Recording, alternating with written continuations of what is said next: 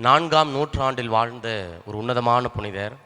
Milan நகரில் ஆயராக இருந்தவர், இறையியல் வல்லுனர். அவர் அந்த ஆயராக பணியாற்றிய அந்த நகரத்தில் மகா தியோடோசியஸ் என்கிற ஒரு அரசன், பேரரசன் இறந்து போகிறான். அப்போ அவருடைய அடக்க திருப்பலியில் ஆயர் அம்புரோஸ் என்ன பண்ணுறாரு, திருப்பலி நிறைவேற்றி அவருக்காக பலிகள் ஒப்பு கொடுக்கிறார். அப்போ அந்த பலிகளை ஒப்பு கொடுக்கின்ற பொழுது அவருக்காக இப்படி கண்ணீர் விட்டு மன்றாடுகிறார். அது என்ன அப்படின்னா, ஆண்டவரே, இதோ தியோடோசியஸ் புனிதர்களுடைய தோழமை உறவில் நிலைத்து நிற்கிறவரை, உம்முடைய பிரசன்னத்தில் இளைப்பாறுதலை பெறுகின்றவரை, நான் கண்ணீரோடு அவரை பின்தொடர்வேன்.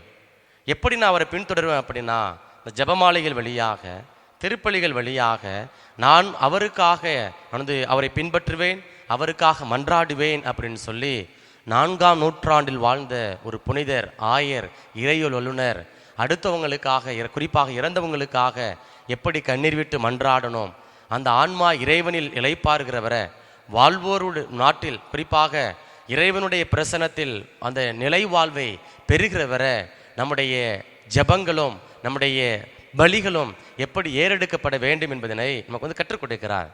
அதனால் இந்த நாட்களில் கொஞ்சம் அருள் கூர்ந்து உறவுகள், முகம் தெரியாத, அடையாளம் தெரியாத நபர்கள், உத்தரிக்க நிலையில் இருக்கக்கூடிய ஆன்மாக்கள், கருவில் சிதைக்கப்படக்கூடிய குழந்தைகள், அவர்களுடைய ஆன்ம இடேற்றத்திற்காக அவங்களும் ஆண்டவருடைய பிரசனத்தில் நித்திய இளைப்பாறுதலை பெறணும், நிலைவாழ்வை பெற்றுக்கொள்ளணும். அதற்காக நம்முடைய ஜபங்களில் நாம் அவர்களை நினைவு கூர்வோம்.